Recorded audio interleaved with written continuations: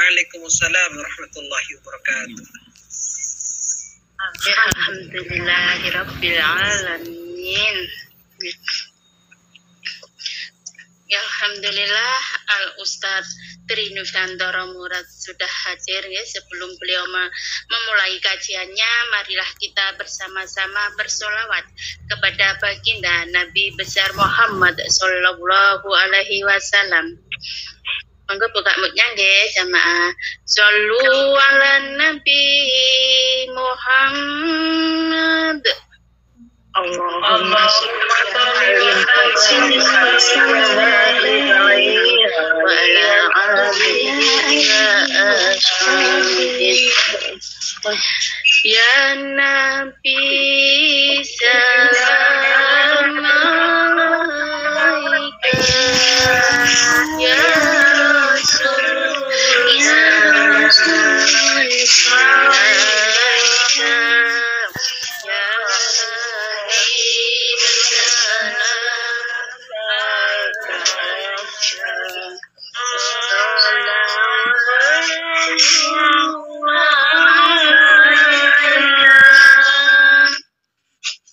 Allahumma sholli wa sallim wa barik ala alihi wa ashabihi. Kepada Al Ustadz Tri Nusantara Murad dengan segala hormat saya persilahkan. Monggo Ustadz. Terima kasih. Bismillahirrahmanirrahim. Assalamualaikum warahmatullahi wabarakatuh. Waalaikumsalam warahmatullahi wabarakatuh. Innal hamdalillah nahmaduhu wa nasta'inuhu wa nastaghfiruh wa na'udzu billahi min shururi anfusina wa min sayyiati a'malina. May yahdihillahu fala mudilla lahu wa may yudlilhu fala hadiya lahu. Asyhadu an la ilaha illallah wahdahu la syarika lah wa asyhadu anna Muhammadan abduhu wa rasuluh. Allahumma shalli wa sallim ala sayyidina Muhammadin wa ala alihi wa ashabihi wa man tabi'ahum bi ihsanin ila yaumiddin. Faqalahu ta'ala fil Qur'anil azim. A'udzu billahi minasyaitonir rajim. Bismillahirrahmanirrahim.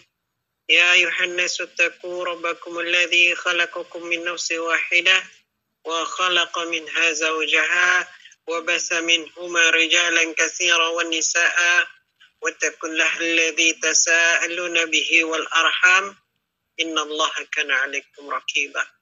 Ya ayyuhalladzina amanu ittaqullaha wa qulu qawlan sadida yuslih lakum a'malakum wa yaghfir lakum dhunubakum wa may yuti'illaha wa rasulahu faqad faza fawzan 'azima. Ya ayyuhalladzina amanu ittaqullaha haqqa tuqatih wa la tamutunna illa wa antum muslimun. Shadaqallahul azim. Amma ba'd. Alhamdulillahirabbil alamin. Segala puji hanya bagi Allah Subhanahu wa ta'ala. Segala puji hanya kepada Rabb yang memberikan kepada kita nikmat yang begitu banyak. Dan nikmat diantaranya adalah nikmat iman dan nikmat Islam. Dan juga nikmat kita masih diberikan hidup. Pada hari ini, detik ini kita masih bernafas. Nikmat kita masih diberikan orang-orang yang kita cintai. Nikmat yang Allah berikan kepada kita juga adalah nikmat anggota tubuh yang masih sehat, yang masih komplit, ada mata, ada telinga, ada tangan dan kaki dan seluruhnya. Dan nikmat ukhuwah sehingga kita bisa berthalabul ilmi pada kesempatan di malam hari ini. Salawat dan salam semoga senantiasa tercurah limpahkan kepada qudwah hasanah kita, baginda Rasulullah Muhammad sallallahu alaihi wasallam. Allahumma shalli wa sallim wa barik alaih. Semoga kita mendapatkan syafaat dari beliau sallallahu alaihi wasallam insyaallah fi yaumil akhir insyaallah. Allahumma amin.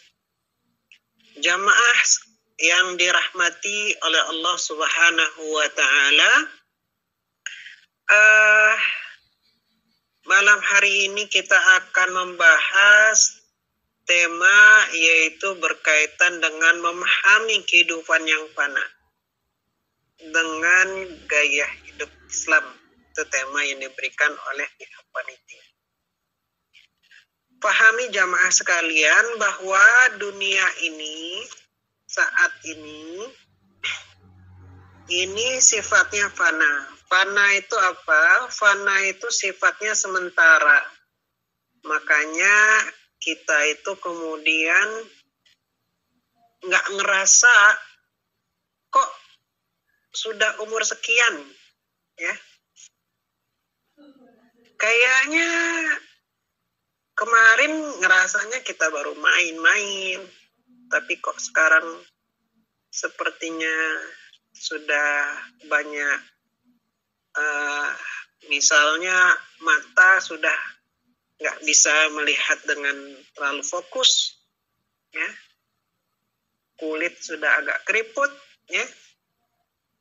Saya perhatikan kulit kaki, telapak kaki, kayak dulu kencang ya, kayak gitu. Saya berpikir dalam membatin, kayak dulu kulit kaki ini kencang, kok sekarang keriput, gitu. Contohnya. Muka kita kalau kita perhatikan seksama di cermin, kok udah keriput, ya. Sudah ada bintik-bintik, atau bahkan sudah ada kebotakan, sudah ada uban, ya, dan lain sebagainya. Dan itu akan dijalani oleh setiap manusia, ya. Karena Allah Subhanahu wa taala menjadikan itu sunatullah. Tidak ada orang yang kemudian dijadikan muda terus, tidak ada. Ya. Akan ada yang namanya uban, beruban dia. Ya. Ketika umur kita sudah tua, kita ada beruban, ya. Itu adalah sunnatullah kehidupan. Allah Subhanahu wa taala katakan, Allahul ladzi khalaqakum min dha'fin tsumma ja'ala min ba'di dha'fin quwwah. Allah lah yang menjadikan kamu, dulu kamu lemah, kemudian dijadikan kamu setelah lemah itu jadi kuat, setelah itu tsumma ja'ala min ba'di quwwah dha'fan wa syaibah. Setelah kuat itu kembali lemah, dan kemudian wa syaibah, beruban. Nah, jamaah sekalian, kita semakin tua, orang tua pun lebih semakin tua, ya. Tuh. Maka karena dunia ini adalah dunia yang sementara, harus difahami bahwa kita ini seperti orang yang sedang dalam perjalanan menuju suatu tempat tujuan, ya. Nah, tempat tujuan itu adalah akhirat. Ya. Barang siapa yang kemudian di dunia yang sementara itu kemudian dia mempergunakannya dengan tidak baik dan tidak sadar, lebih banyak dia bermaksiat, pahamilah bahwa nanti dia akan menyesal di akhirat. Makanya Rasul itu mewanti-wanti kita, ya. Banyak ayat yang mana bahasanya adalah innama hadhil hayatud dunya mata'u wa innal akhirah hiya darul qarar. Sesungguhnya kehidupan dunia ini adalah al-hayatud dunya mata. Mata itu artinya adalah kesenangan sementara. Ya, sementara saja dia. Sedangkan wa innal akhirah hiya dalul qarar. Akhirat itu darul qarar, tempat yang abadi. Ya, abadi. Tujuan kita adalah apa? Akhirat. Ya. Nah, ikhwati fillah rahimakumullah, karena di dunia ini adalah suatu tempat di mana kita tempat beramal, ya, tempat kita beribadah. Karena nanti kehidupan yang selanjutnya di alam barzakh tidak ada lagi amal. Apalagi setelah itu ada hari kebangkitan. Yang ada adalah pertanggungjawaban terhadap amal. Maka di dunia inilah tempat kita beramal. Maka sesungguhnya orang yang tidak beramal, dia adalah orang yang rugi. Allah Subhanahu wa taala katakan, wal asr innal insana lafi khusar. Demi masa sesungguhnya manusia itu dalam kerugian. Kecuali illal ladzina amanu wa amilus shalihat, kecuali orang yang beriman dan beramal saleh. Ya. Jadi kita ini disuruh untuk beriman dan beramal saleh. Dunia inilah tempat kita beramal, ya, dan amalnya adalah amal saleh, jangan amal yang salah. Ya. Nah, ikhwati fillah rahimakumullah, nanti akan ada balasan terhadap orang-orang yang beramal saleh.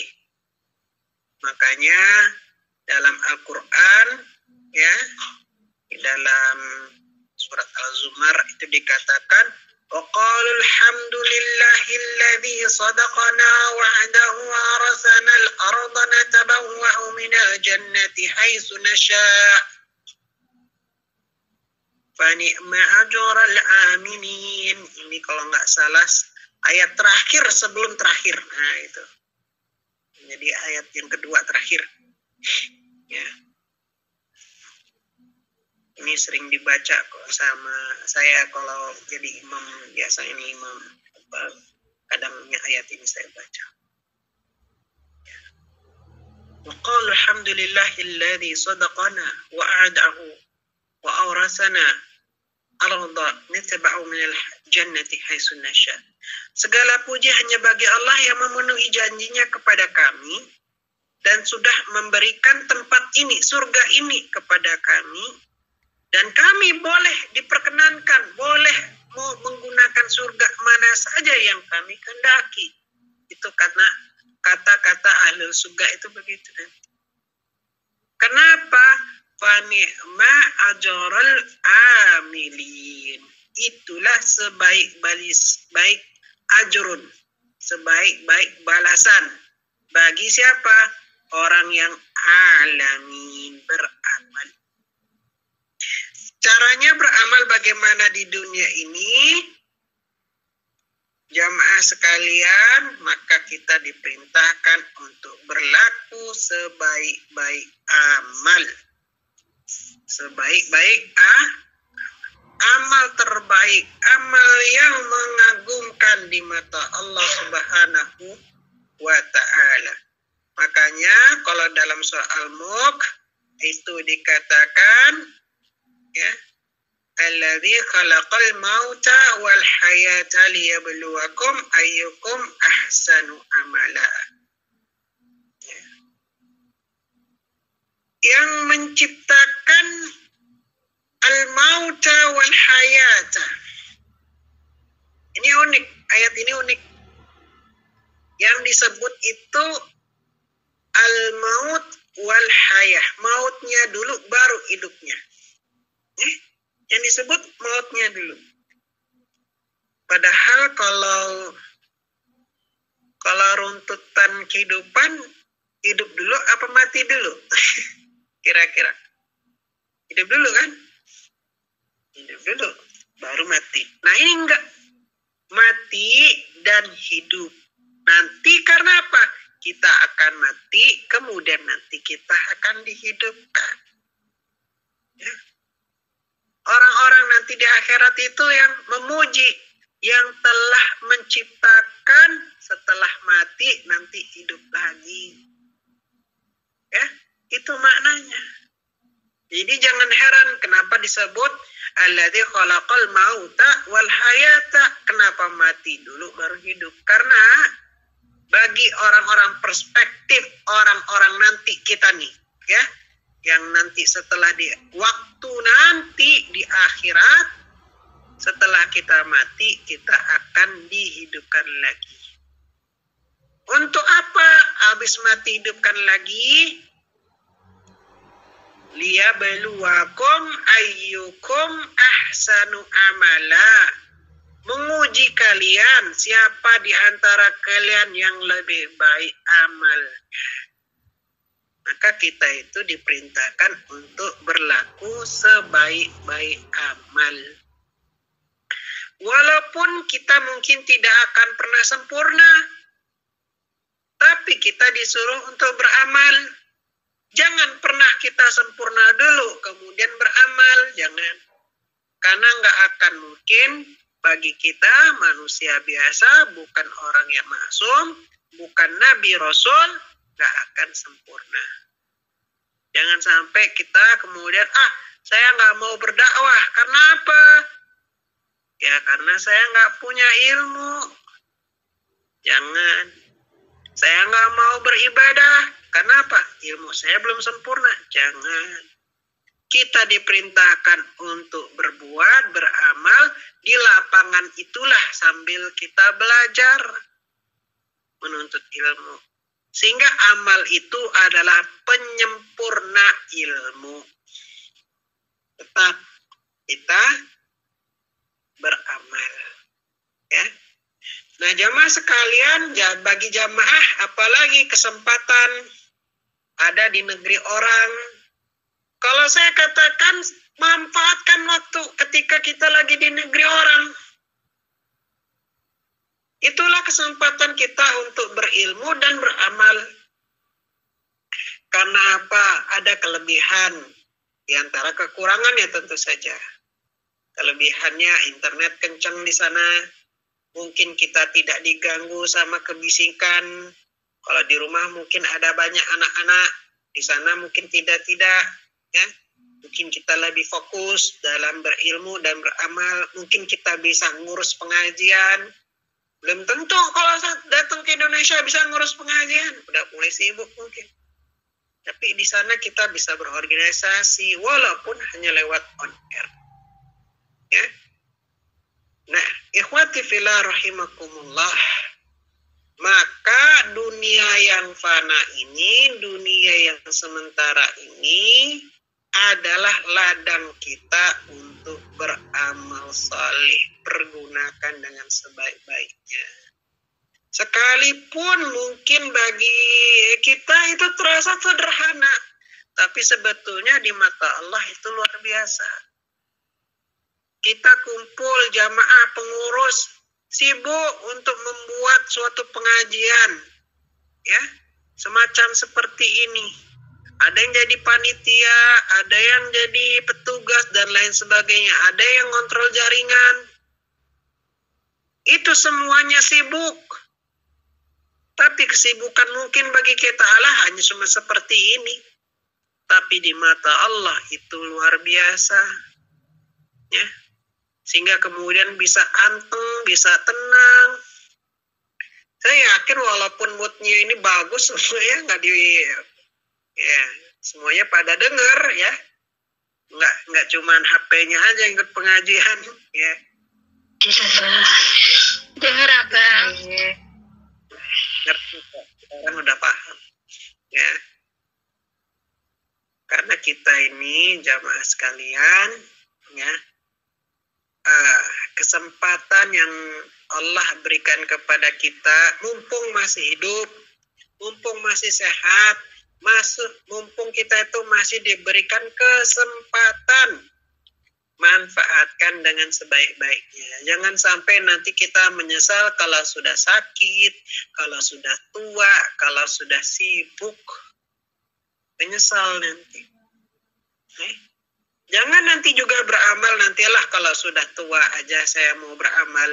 Nanti kalau sudah tua saya mau sholat. Nanti dah tua saya mau sedekah. Ya, jangan. Nanti kalau sudah haji umrah saya baru mau tobat. Jangan. Lakukan saat ini juga. Lakukan sekarang juga. Untuk kita berbuat yang lebih baik. Beramal yang lebih baik. Dan beramal pun dengan amal yang sebaik-baiknya. Sebaik-baik amal. Ya, gitu. Karena tujuannya bukan untuk siapa-siapa. Tujuannya sebetulnya tidak lain dan tidak bukan. Itu adalah sebetulnya untuk diri kita sendiri. Untuk siapa? Untuk diri kita sendiri. Ya.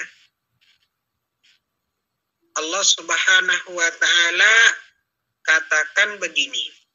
Ya ayyuhalladzina amanu in tansurullaha yansurukum wa yusabbit aqdamakum.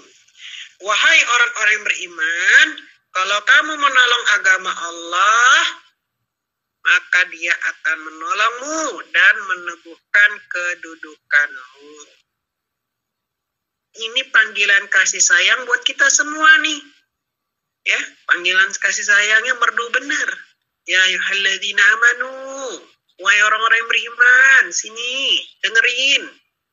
Ya, in tansurullah, kalau kalian menolong agama Allah, apa bentuk menolong agama Allah? Kita berdakwah, di Taiwan kita berdakwah, di on air kita berdakwah. Walaupun sifatnya kita hanya ngurus kelompok belajar, itu pun dakwah. Mencari kegiatan, mencari ustadz, itu pun adalah bentuk dakwah. Mungkin nggak bisa ceramah seperti kebanyakan ustadz, nggak ada masalah. Itu pun sudah bentuk dakwah. Karena Allah lah ya yang akan yansurukum wa yusabbit aqdamakum, yang menolong kalian dan meneguhkan kedudukan kalian. Ya nanti kita akan ditolong, entah caranya bagaimana, akan ada pertolongan. Akan ada yang namanya kan diberikan kekuatan. Jangan pernah kemudian kita itu merasa inferiori karena aduh saya ini miskin, aduh saya ini misalnya dari keluarga yang kurang berada, aduh saya ini ya cuma punya kendaraan motor aja. Jangan pernah kayak gitu. Dakwah, beramal, nanti Allah akan nolong kita. Bagaimanapun caranya, perjuangkan agama Allah ini. Ya jamaah, perjuangkan agama Allah ini. Insya Allah, Allah akan nolong kalian. Ini, itu yang saya pegang dari dulu sampai sekarang. Ayat itu. Suratnya itu surat Muhammad. Surat ke-47 ayat 7. Dari dulu itu saya pegang ayat ini nih. Saya yakin benar dengan janji ayat ini.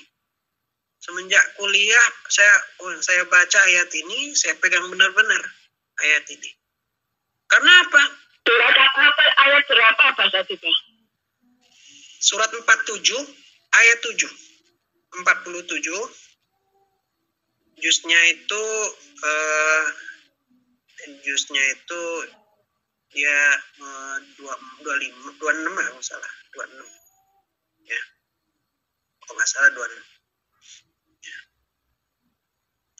507 kalau nggak salah. Suratnya apa? Halaman 507. Ya. Itu janji Allah, saya pegang betul itu ayat itu. Ya ayyuhalladzina amanu in tansurullaha yansurkum wa yusabbit aqdamakum. Pegang ayat ini.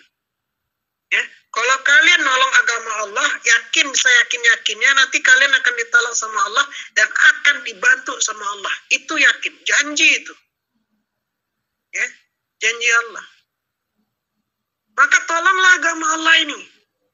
Nggak bisa ceramah, nggak apa-apa, nggak bantu bentuk yang lain. Bantu dalam berorganisasi itu pun bantu. Bantu nyari ustadz itu pun bantu. Atau bantu si ustadznya itu pun bantu. Ya, itu bentuk. Karena banyak juga jamaah semenjak saya pulang ke Indonesia ini ternyata memang banyak juga loh ustadz yang perlu dibantu itu banyak rupanya ya. Gitu. Cuma mungkin diem ya. Ya, mungkin ada yang apa namanya? Ada yang berani ngomong, tapi ada nggak berani ngomong. Ya. Jadi seperti itu jamaah. Nah, kita mengejar tujuan kita yaitu adalah akhirat kita. Caranya adalah beramal, ya, beramal dengan amal kebaikan, amal ibadah juga. Tapi bukan berarti juga kita meninggalkan urusan dunia itu, jangan juga ditinggalkan. Ya, jangan juga ditinggalkan. Ada bagian di dunia juga, ya. Cuma bagian di dunia itu tujuannya adalah untuk kita juga mengejar akhirat.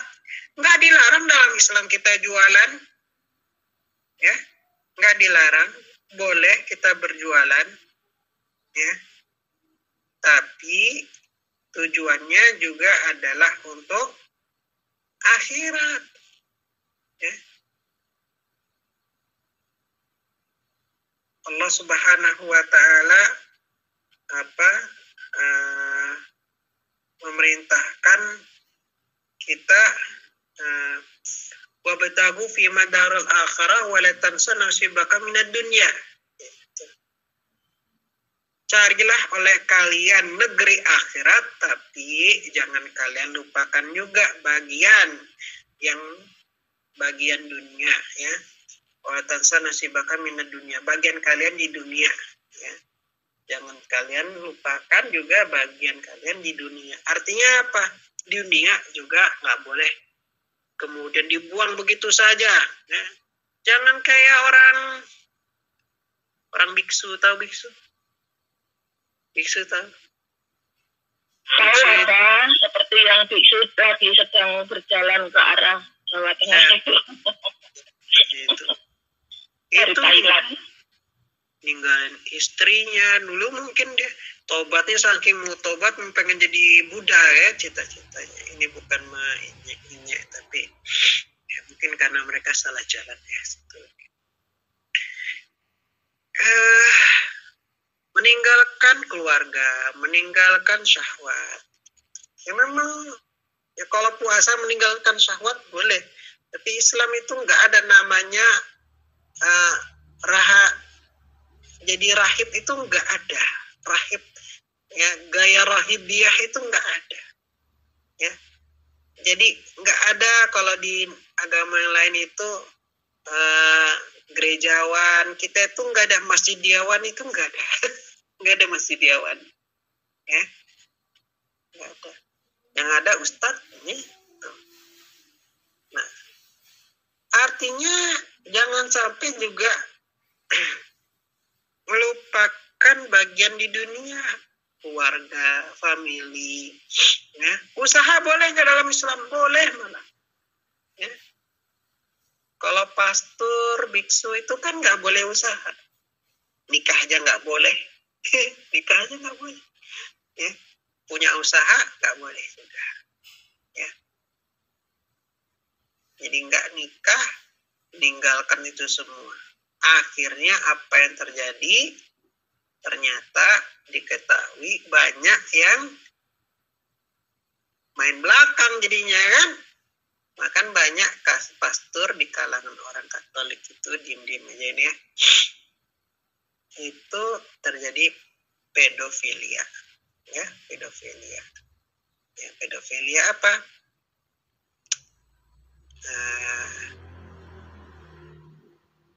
Syahwat kepada anak kecil, ya. Jangankan begitu, yang di Tibet itu siapa? Dalai Lama. Nah, Dalai Lama juga kena kasus pedofilia. Ya, padahal itu bagi orang-orang Cina Tibet itu sosok agama tertinggi. Ya. Nah itulah ya jamaah sekalian yang insyaallah rahmati Allah Subhanahu Wa Taala. Kita boleh cari dunia, tapi jangan sampai kemudian itu melupakan kita dari akhirat. Justru dunia itu adalah wasilah kita menuju akhirat. Kita cari uang yang benar, kerja, itu tujuannya adalah untuk akhirat. Jangan dibalik, mengorbankan akhirat untuk kepentingan kerja, jangan. Jangan sampai kemudian kita buka jilbab gara-gara kerja, jangan. Jangan. Kalau ada yang menyuruh buka jilbab untuk kerja, tinggalkan pekerjaan itu. Emang nggak ada lagi pekerjaan yang lain? Tak boleh. Jangan karena kerja, takut sama kerja, kita dipaksa makan babi, kita mau. Jangan. Ya, jangan. Perjuangkan nafsi kita sendiri. Perjuangkan agama ini. Insya Allah banyak kemudahan kok. Ya. Jangan kita itu merasa kita itu sendiri. Ada banyak teman yang bisa membantu. Ya. Nah, ikhwati fillah rahimakumullah. Itu sedikit yang bisa disampaikan pada kesempatan di malam hari ini. Semoga bermanfaat. Ya. Mungkin kita bisa lanjut kepada session tanya jawab. Usikum wa nafsi bittaqullah wa akhiru da'wana alhamdulillahi rabbil alamin. Assalamualaikum warahmatullahi wabarakatuh. Waalaikumsalam warahmatullahi wabarakatuh. Assalamualaikum warahmatullahi wabarakatuh. Waalaikumsalam. Waalaikumsalam warahmatullahi wabarakatuh.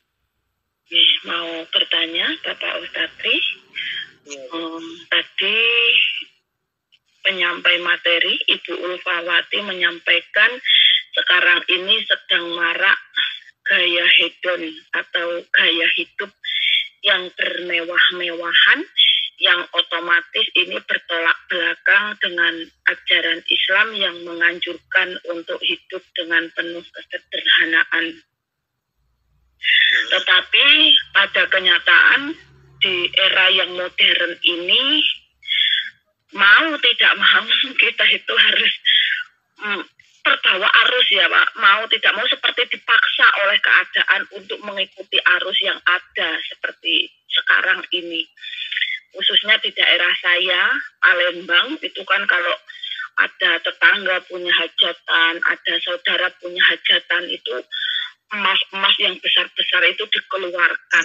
Sampai-sampai itu bingung mau membedakan ini yang imitasi yang mana, yang asli yang mana. Seperti itu aja. Kemudian yang ingin saya tanyakan, ketika seseorang itu tidak mampu untuk membeli emas yang asli, lalu belilah emas yang imitasi, agar bisa menyesuaikan, agar tidak minder ketika berkumpul bersama dengan masyarakat seperti itu. Apakah yang seperti itu menggunakan emas imitasi itu termasuk juga bermewah-mewahan? Itu yang pertama. Yang kedua, apakah menggunakan emas yang imitasi itu termasuk menipu diri sendiri? Itu saja pertanyaannya. Apa? Mohon maaf bila kurang berkenan. Wassalamualaikum warahmatullahi wabarakatuh. Waalaikumsalam warahmatullahi wabarakatuh. Ya. Langsung apa ini? Mungkin masih coba ditampung dulu. Ayo jamaah dibuka moderatornya. Dua pertanyaan. Ya, dua pertanyaan kan dari satu orang, siapa tahu masih ada orang kedua, orang ketiga, orang keempat. Ayo silakan orang-orang. Mosok iki ora enak orang. Yo. Tidak ada apa, nanti sambil mungkin akan berkembang setelah jawabannya. Nanti ada setelah berkembang jawaban dari istri.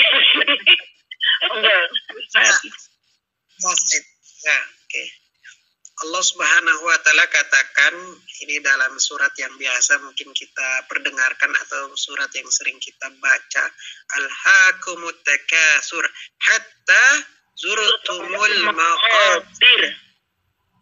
Bermegah-megah sampai masuk ke dalam kubur. Ya. Bermegah-megahan itu sudah melalaikan. Maka Allah katakan bahkan 2 kali itu. Kala yang pertama itu udah keras betul itu. Kala, jangan sekali-sekali, jangan. Bukan hanya la, tapi kala itu penegasannya lebih keras dari la. Kala, sekali-kali jangan. Jangan. Sekali-kali aja jangan pun sekali pun jangan. Ngerti nggak? Kalau jangan nih keras juga ya. Tapi kalau udah kala, sekali aja jangan loh.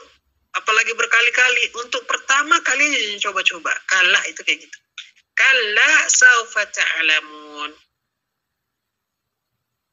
Jangan nanti kamu nyesel akibat perbuatan itu. Diulang lagi malah. Summa kalla. Kemudian jangan.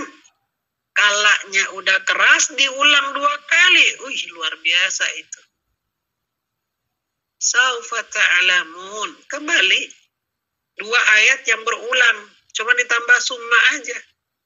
Kalla saufa ta'lamun. Summa kalla saufa ta'lamun. Kelak nanti kamu ketahui. Kalla lagi.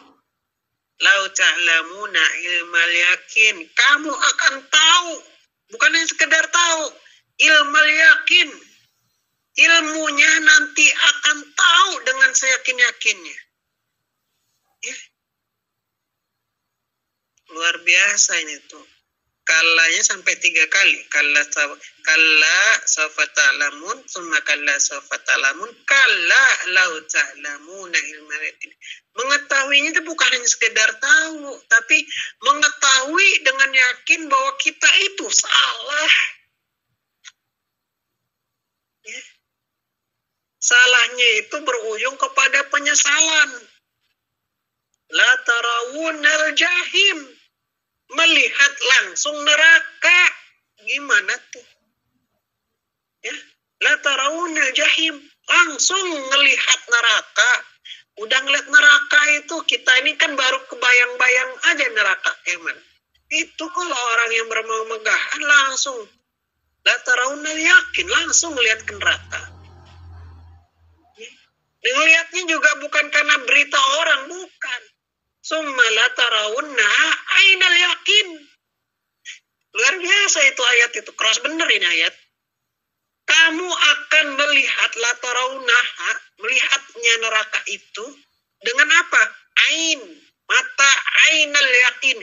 Mata al yakin. Dengan yakin-yakinnya. Yang langsung melihat langsung pakai mata kita, seyakin-yakinnya. Apa enggak ngeri-ngerinya itu? Ya. Nah, jadi jamaah sekalian, ya, kenapa itu terjadi? Nanti diceritakan, kemudian akan ditanyakan, itu waktu di dunia kamu ngapain kok bermegah-megahan dengan gaya kayak gitu? Nikmat kayak mana sih yang kamu sampai modelnya kayak gitu, bermegah-megahan itu kayak mana? Summa latus alunna yauma idzin anin na'im. Model kenikmatan apa sih yang kamu kayak modelnya jadi megah-megah itu kayak mana? Itu ditanya nanti. Makanya jamaah sekalian, janganlah kita ikut-ikutan, udah gitu aja. Kalau ada kadis kesehatan suatu provinsi saya tuh ya, model jilbabnya kayak gitu, ibu-ibu jilbab ikut-ikutan model kayak gitu, ya, yang pakai punuk. Saya itu berpikir ini gimana sih ibu ini model bedaknya itu tahan air, ya. Kan kayak mana cara wudhunya kayak gitu? Kalau nggak air wudhu aja nggak bisa masuk ke dalam kulit, lalu bagaimana? Habis wudhu kan sholat. Langsung pertanyaannya, sholatnya gimana dong? Kan sederhana itu jamaah. Hanya perkara kosmetik aja, make up aja. Itu make up itu luar biasa. Ya. Bermegah-megahan, lebay dalam kita bermake up, itu bermasalah loh dalam agama. Ya enggak? Kalau saya kan jarang pakai, saya jawaban jarang, emang nggak pakai bedakan ya, nggak bedakan. Tapi kan ada bedak, ada pelapis kulit yang sampai, mohon maaf nih, kalau orang yang lagi nikah sampai bedaknya tebal sampai nggak ketembus kulit tuh, ya kalau untuk sementara nggak ada masalah. Tapi kan orang gitu, walaupun pengantin dia akan sholat zuhur dan sholat asar juga kan. Itu jangan sampai kemudian sampai kayak gitu nggak sholat, itu nggak boleh. Ya. Masalah kosmetik aja, jangan sampai kita bermegah-megahan. Udah yang biasa aja. Ibu-ibu kalau mau ikut majelis taklim, tabligh akbar, pergi, udah nggak usah terlalu medok-medok amat lah. Ya. Karena nanti repotnya ketika kita mau sholat zuhur, ya mungkin kalau lagi keluar ya, kalau keluar agak jauh kita bisa jamak qasar. Tapi jangan sampai kita keluar itu kemudian kita melupakan untuk nggak sholat, itu jangan. Ya. Nah, ikhwati fillah. Lalu bagaimana yang kayak misalnya barang-barang imitasi? Mau barang imitasi ataupun barang yang sebenarnya, kalau niatnya udah salah, niatnya itu adalah untuk megah-megahan, tak boleh, nanti akan melalaikan. Gak usah. Ya. Masih banyak kok harta itu masih bisa kemudian daripada kita beli rantai emas. Saya pernah lihat sih ada videonya ibu-ibu yang beli rantai bukan kalung. Rantai emas bentuknya bunga gede gitu ya. Itu benar-benar saudagar benar itu. Atau mungkin toko emas berjalan, karena ada beberapa daerah yang kayak gitu ya. Nggak bisa disalahkan juga. Tapi ini masalah kultur budaya tersebut. Budaya tersebut bukan berarti namanya budaya itu harus benar ya. Karena budaya ada juga yang harusnya mau nggak kayak gitu. Ya. Kayak ada budaya ya. Termasuk budaya dari suku ibu juga ada itu. Ya, suku ibu. Ibu saya. Suku ibu saya ya, suku ibu saya. Ada kayak gitu. Pakai gelang emas gitu ya. Kalau apalagi tapi ya mungkin belinya yang imitasi bisa jadi ya, imitasi. Tapi sebaiknya sih itu kita nggak bisa nyalahkan orangnya sih, karena mungkin ada stigma dalam masyarakat kalau nggak kayak gitu malu, kalau nggak kayak gitu dianggap kampungan. Justru orang-orang yang lebay itu yang ikut-ikutan pakai walaupun imitasi apa dia pede. Tapi itu kan sudah kayak menurun kayak gitu, lingkaran setannya kayak gitu ya. Nah, kita itu udahlah meremat aja lah, gak usah ikut-ikutan entah mereka mau ngomong apa. Yang penting itu bukan masalah yang kelihatan kok. Bukan masalah kita pakai atau nggak pakai, enggak. Apa yang ada dalam otak kita, apa yang dalam hati kita, itu yang dilihat sebetulnya. Karena kekayaan itu kata Nabi bukan pada ya banyaknya uang, banyak dinar dan dirham, bukan. Kaya sesungguhnya itu adalah kaya hati. Ada orang yang punya dirham, dinar yang banyak, tapi ternyata dia ujub, dia sombong, itu bukan kaya hati. Ya, bukan itu kekayaan yang sesungguhnya. Ya, dulu Nabi Musa punya pengikut. Dulu dia pengikut yang baik, setia. Tapi karena lalai, justru dia menjadi penentang. Namanya tahu siapa? Korun. Korun itu pengikutnya Nabi Musa dulu. Dia orang Bani Israel. Bukan orang Bani Fir'aun. Bukan. Dia orangnya Bani Israel. Tapi karena pengen deket sama kemewahan, justru kongsinya sama si Fir'aun. Model kayak gitu masih banyak terjadi. Diberi kekayaan nggak sama Allah? Diberi, luar biasa. Sampai sekarang kalau ada istilah barang yang nemu itu harta korun. Ya, istilahnya sampai kayak gitu. Harta korun. Ya. Nggak akan, kalau bermegah-megahan udah seperti itu, kita ya sebagai individu ya, kita memang ada kultur, ada budaya macam seperti itu. Tapi budaya itu jangan kemudian kita seperti diiyakan gitu, jangan.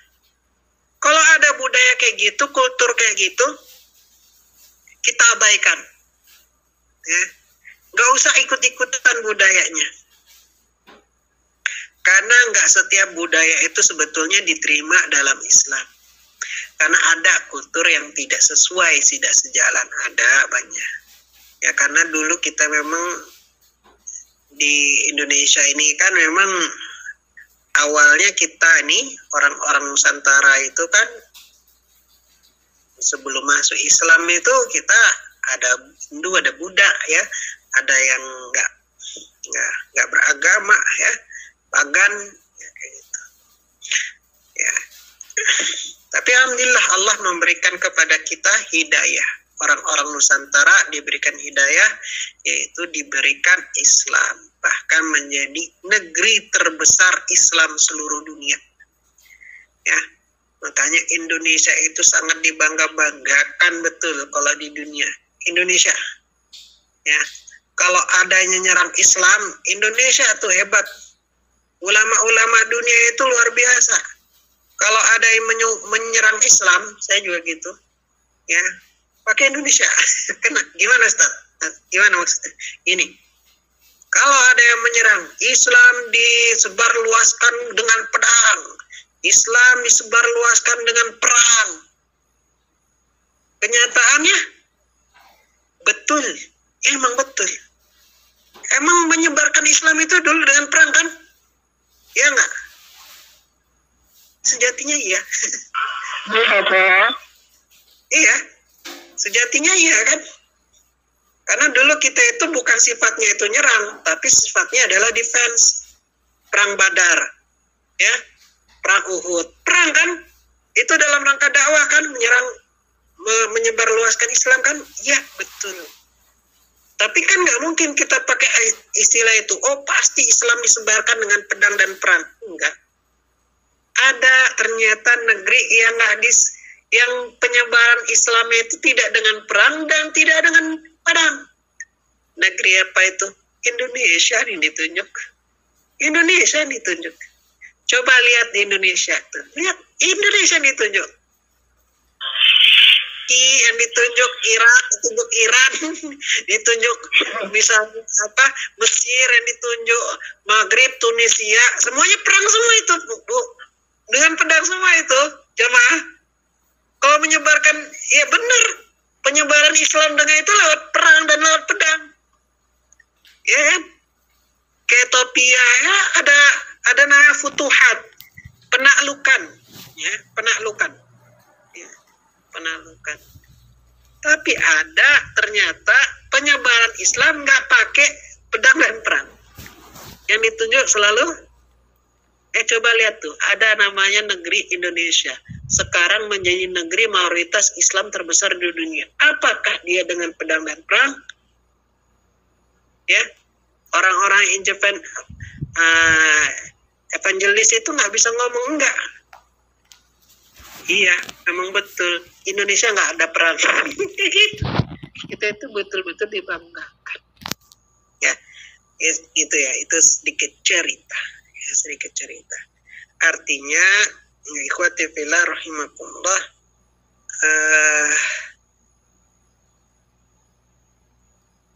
janganlah bermegah-megahan lah intinya ya. Karena bermegah-megahan itu akan melalaikan kita, akan membuat nanti kita sengsara ya.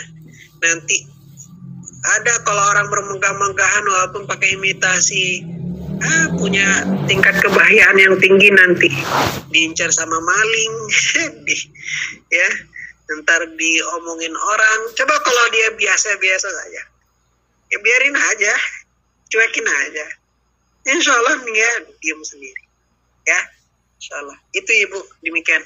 Ada lagi pertanyaan yang lain? Monggo jemaah. Warahmatullahi wabarakatuh. Waalaikumsalam warahmatullahi wabarakatuh. Semangat Iwamin. Jihad yuk. Allahu Akbar. Barakallah. Silakan Cik Miftah Yudisti. Bapak Ustadz Ri, pripun wawartosipun? Gimana kabarnya? Ini Miftah dari Thailand, Bapak. Izin bertanya tentang sholat. Kalau sholat kan muka sama telapak tangan tuh terbuka nggak? Itu kalau kita sholat pakai sarung tangan itu gimana, Pak? Jawabannya atas jawabannya terima kasih. Wassalamualaikum warahmatullahi wabarakatuh.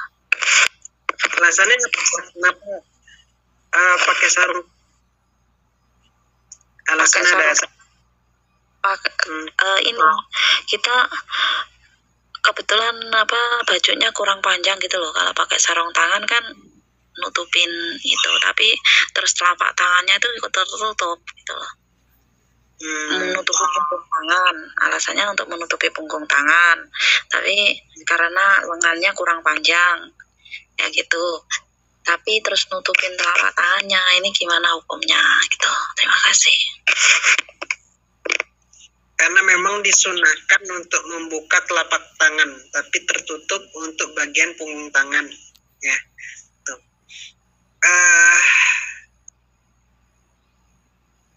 Sunnah sifatnya. Tapi kalau untuk bagian yang lain justru hukumnya wajib ya.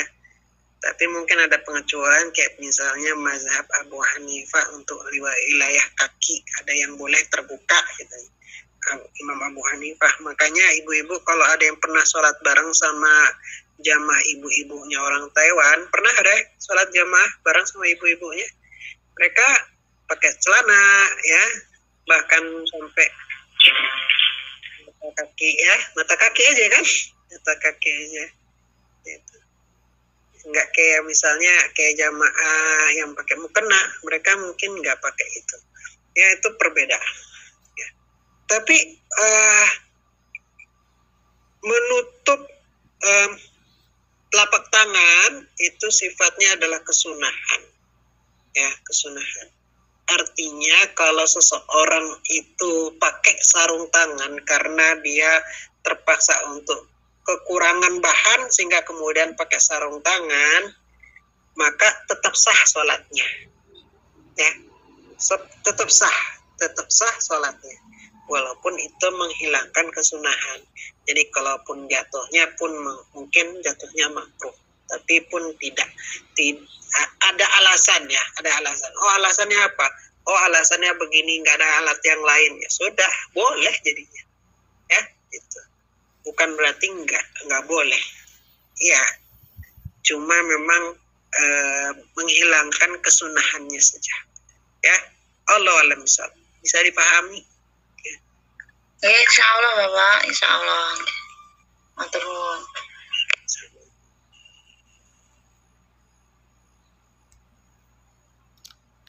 Yang lainnya silakan. Ya, assalamualaikum warahmatullahi wabarakatuh. Waalaikumsalam warahmatullahi wabarakatuh. Gantian, monggo. Iwamin. Sihat yuk. Karya Matut. Allahu Akbar. Barakallah. Siti Julaiha, silakan. Bapak Ustadz, saya ingin bertanya seperti ini. Menyikapi sosial media, ya Bapak Ustadz. Sekarang ini kan marak di sosial media itu digunakan untuk berdakwah.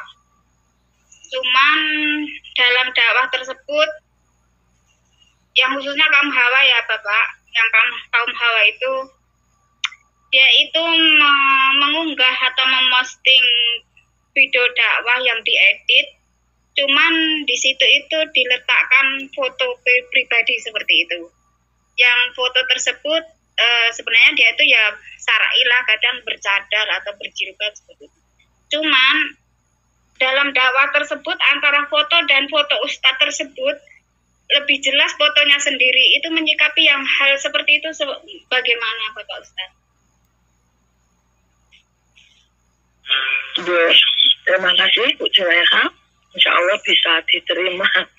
Ini adab santri pada guru ini. Terus tadi yang salam barengan Bu Rafita terpantau dari HP saya. Silakan Bu Rafita, buka mic-nya.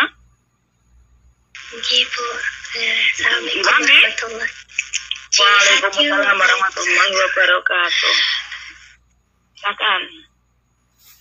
Gini saya mau bertanya mengenai dengan gaya hidup zaman sekarang ini kan, sebagian orang ya hampir banyak rata-rata itu kan demi untuk mencukupi kebutuhan atau ada kebutuhan lainnya yang memang harus nggak dicukupi sih, kayak dibutuhkan aja, itu biasanya orang cara membelinya itu dengan cara kredit atau cicilan. Itu hukumnya secara Islam itu bagaimana, halal atau diperbolehkan atau tidak, atau pendapat menurut apa itu bagaimana, biar kita bisa mengerti gitu makna dari arti kredit atau cara cicilan gitu bahasanya. Ya, semoga bisa terjawab. Terima kasih Pak. Assalamualaikum warahmatullahi wabarakatuh. Waalaikumsalam warahmatullahi wabarakatuh. Silakan apa? Dua pertanyaan. Ya, hukum beli dengan cara kreditnya. Kebetulan Ibu bertanya sama saya itu dosen, ya, saya itu dosen ekonomi syariah, saya ini ngajar fikih muamalah, ya, ini bagian-bagian saya, ya. Saya akan kasih tahu, jelaskan hukum jual beli, istilahnya al-bai, ya, jual beli namanya al-bai. Nah, ada tapi jual beli yang tidak tunai, ya. Kalau saya misalnya, Bu, beli nasi uduk berapa Bu? 10.000. Saya kasih uang, ibunya kasih barang. Itu namanya langsung akad terjadi secara tunai. Tapi misalnya ibu mau kredit panci, ada tukang kredit keliling pakai motor. Mau suka pancinya, harganya 150.000, tapi nggak ada uang. Pak, boleh nggak kredit? Memang tukang kredit. Boleh Bu. Kalau beli langsung 120.000, kalau beli kredit 3 bulan, bayar 50. Baik Pak. Ya. Jadi kemudian dia beli secara tidak tunai, dicicil 3 kali, 50 kali 3. Ya. Bagaimana hukumnya? Hukumnya jaiz, boleh, selama tidak ada yang mengharamkan.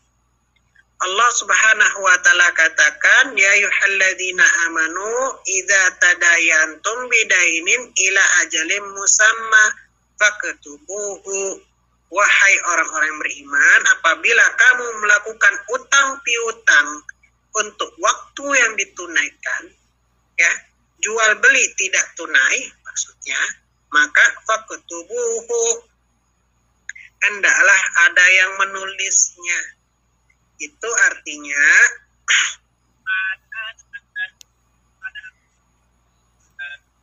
tidak tunai, ya. Atau ayat yang selanjutnya, wa in kuntum ala safarin wa lam tajidu katiban farihanun maqbudah. Ini terkait dengan hukum rahan. Rahan itu apa Ustaz? Jaminan, atau bahasa kita gadai. Kalau kamu dalam perjalanan, kamu tidak ada tukang tulis yang ngebuat akad, maka itu ya. Di antara keduanya farihanun harus ada namanya gadai, ya, jaminan makbudoh yang sudah ditentukan. Jadi kalau misalnya ibu melakukan kredit, ya, selama tidak ada yang mengharamkan, apa Ustadz yang haram? Yang haram misalnya ibu kredit barang yang mudarat, nggak boleh, ya. Kredit barang yang mudarat nggak boleh. Kemudian kredit tapi ketika ada ketidakmampuan untuk menyelesaikan kredit, maka akan ada denda namanya. Denda itu yang tidak boleh, ya. Dendanya harus bayar sekian. Nah, itu masuknya adalah kemudian dijadikan sebagai bunga. Ya, dendanya itu maksudnya adalah bunga, maka setiap ada ziyadah, setiap ada tambahan, maka itu namanya bunga, interest, maka itu riba. Itu haram. Tapi selama nggak ada itu, boleh. Lalu bagaimana kredit perumahan rakyat KPR? Ada bunga nggak di sana? Ada bunga nggak? Kalau ada bunga, berarti hukumnya haram. Tak boleh. Kalau tidak ada bunga, boleh. Kalau beli langsung, harga rumah harganya 400 juta. Beli langsung cash, dapat 400 juta. Tapi dengan rumah yang sama, kalau dia kredit, kemudian dijadikan ini Pak kredit, tapi nanti jatuhnya jadi 6.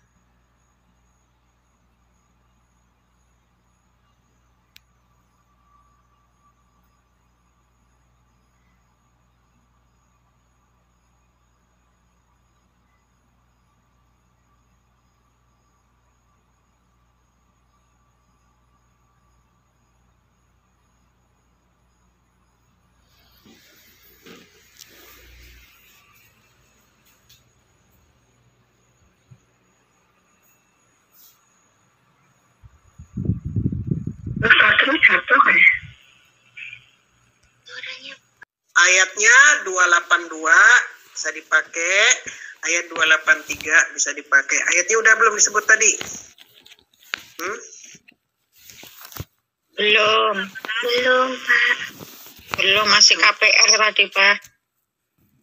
Jadi KPR. Berarti jauh kan? Iya, KPR kalau ada bunganya tidak boleh, itu apa? Langsung ke situ ya tiba-tiba ya. Ya. Ayatnya gini. Ya ayyuhalladzina amanu idza tadayantum bidainin ila ajalin musamma faktubu. Wahai orang-orang beriman, kalau di antara kalian itu bidainin. Dain itu artinya dain itu hutang piutang, ya. Ila ajalin musamma sampai waktu yang belum bisa ditentukan, artinya dia tidak secara kredit, tidak secara tunai. Tidak tunai, tidak cash. Kalau tidak cash berarti apa? Kredit kan? Utang itu terjadi karena apa? Ya. Bidain, ad-dain itu artinya utang. Utang itu terjadi karena apa? Utang terjadi karena ada perjanjian jual beli tapi tidak tunai, ya enggak? Jadi ada utang kan? Nah, ila sama sampai waktu yang belum bisa ditentukan. Pada waktu yang ditentukan, maka faktubuh diminta untuk mencatat. Itu artinya ketika terjadi hukum jual beli tidak tunai, dalam Islam bagaimana? Boleh. Jawabannya boleh. Selama tidak ada hal-hal yang mengharamkan. Apa yang mengharamkan? Gharar, tidak jelasan. Atau karena alasan yaitu adalah barangnya haram. Atau misalnya karena bunga. Ya. Kalau ada bunga di dalam transaksi itu, maka transaksinya jadi tidak boleh. Contohnya, misalnya kalau KPR rumah, apa mobil. Kalau harga rumahnya 400 juta cash, ibu kasih langsung ke developer, maka langsung kan cash. Tapi kalau misalnya terjadi secara kredit, ibu bayar ke developer sampai misalnya 2 tahun, secara total jadinya 600 juta, boleh tidak? Boleh. Ya nggak boleh kalau ada bunganya. Ya, kalau udah ada dendanya, ada denda keterlambatan itu yang disebut dengan bunga, itu nggak boleh. Ya, maka jatuhnya jadi riba. Riba hukumnya haram. Seperti itu jamaah. Jabah. Kalau kita sudah terlanjur pernah gitu, misal kayak ada pinjaman dana, terus ada bunganya, itu cara kita untuk membersihkan dengan amalan apa?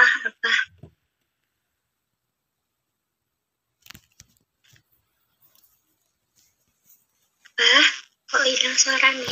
Al-Fatihah ala hadiyah wa ala kulli niyatin salih. Al-Fatihah.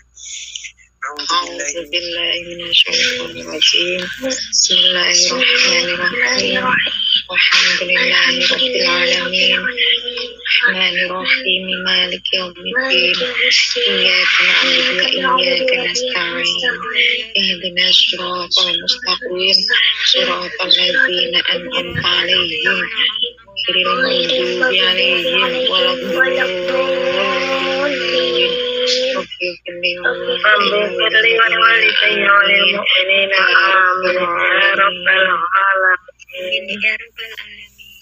Astaghfirullahaladzim, astaghfirullahaladzim, astaghfirullahaladzim. Muhammad kama shalaita ala Ibrahim wa barik ala Muhammad. Amin. Fil alamin innaka Hamidum Majid. Alhamdulillahi rabbil alamin. Hamdan wa afiya. Amin. Rabbana lakal hamdu wa bil jalali wal izz. Amin. Inna nas'aluka salamatal din. Amin. Wa barakatan fi rizqi wa tawfiq. Amin. Wa fatan ba'da al-maut. Allahumma hawwin Amin. al-maut wa najatan min an-nar. Salam. Amin. الخاسرين ربنا لا تؤاخذنا ربنا ولا تحمل علينا ربنا ولا تحملنا ما لنا به واعف نعم كما مولانا فانصرنا على القوم الكافرين Amin. بسم الله وارحمنا benar benar rabbika rabbil Rabbil alamin. Amin. Bismillahirrahmanirrahim. Bismillahirrahmanirrahim. Alhamdulillahi rabbil alamin. Arrahmanirrahim. Maliki yaumiddin. Wa iyyaka nasta'in. Ihdinas mustaqim. Shiratal ladzina an'amta 'alaihim ghairil maghdubi 'alaihim waladdallin.